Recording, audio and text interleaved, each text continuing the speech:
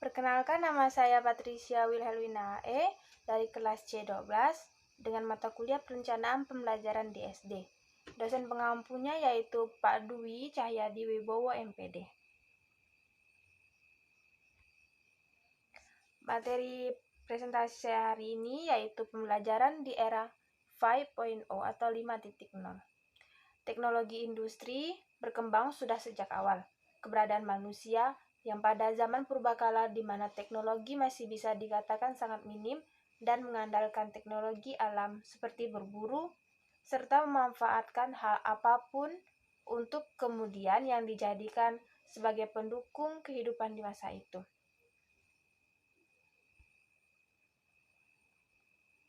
Selanjutnya yaitu ada society atau masyarakat, yang merupakan sekelompok individu yang membentuk suatu sistem semi tertutup atau semi terbuka yang sebagian besar interaksinya adalah antara individu-individu yang berada dalam kelompok tersebut.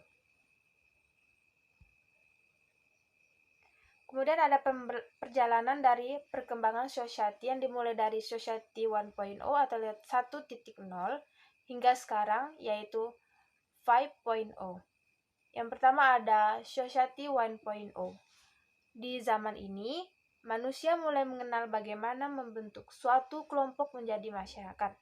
Di masa ini, manusia mempertahankan diri dengan mereka, yaitu dengan cara berburu demi memperoleh makanan serta melakukan perpindahan dari suatu tempat ke tempat lainnya, demi mempertahankan kehidupannya. Yang kedua ada society 2.0. Di masa ini dikenal juga sebagai era pertanian atau juga revolusi agrikultur yang dimana manusia memiliki fokus dalam mengembangkan ilmu pengetahuan dengan bercocok tanam.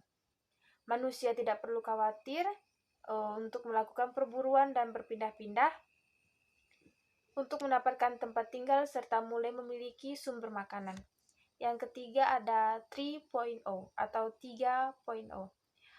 Dengan masyarakat yang semakin fokus untuk bercocok tanam demi disertai dengan sejumlah masyarakat yang semakin kompleks, membuat kebutuhan akan bahan pangan dan sandang semakin meningkat. Dengan ilmu pengetahuan yang ada, manusia mulai membangun pabrik dengan memproduksi sesuatu untuk memenuhi kebutuhan manusia. Yang keempat ada society 4.0, yaitu ilmu pengetahuan dan teknologi yang semakin berkembang membuat manusia mengenal komputer hingga internet sehingga dapat memperoleh informasi dengan cepat. Yang kelima ada society 5.0, yaitu merupakan penyempurnaan dari society 4.0 di mana teknologi menjadi bagian dari manusia itu sendiri, bukan hanya untuk berbagi informasi namun dapat memudahkan kehidupan sehari-hari. Society 5.0 menekankan pada kehidupan yang terintegrasi, mudah, dan cepat.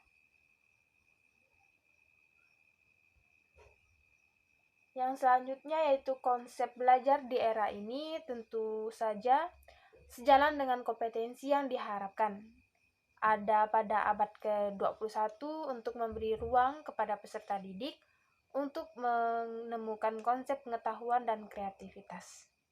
Pendidik boleh memilih berbagai model pembelajaran seperti yang pertama ada inquiry training, yaitu prinsip yang dikembangkan adalah kerjasama, kebebasan intelektual, dan kesamaan derajat.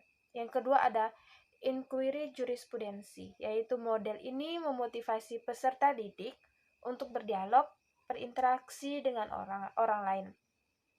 Selanjutnya yang ketiga yaitu group investigation, yaitu model pembelajaran yang menggunakan yang berkonsep di mana ruang kelas bisa dijadikan sebagai laboratorium untuk mempelajari hal-hal yang berbau kenyataan dalam kehidupan masyarakat.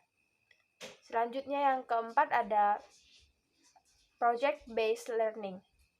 Model pembelajaran ini merupakan model pembelajaran berbasis proyek yang menitikberatkan pada pemahaman siswa terhadap eksplorasi, penilaian, interpretasi, serta mensintesis informasi dengan cara memiliki makna. Kesimpulan dari materi ini yaitu era Society 5.0 ini secara tidak langsung membawa dampak perubahan yang semakin laju pada beberapa kehidupan seperti ekonomi, sosial budaya, dan juga pendidikan tentunya. Hal ini sangat erat dengan perubahan dalam pendidikan karena sumber daya yang disiapkan dalam menghadapi setiap era adalah individu yang awalnya adalah peserta didik di lingkungan pendidikan. Oleh karena itu, pendidikan dirasa harus memiliki perubahan dan perkembangan sesuai dengan tuntutan era. Yang yakni dalam hal ini era Society 5.0 yang sejalan dengan revolusi industri 4.0. Sekian dari saya, terima kasih.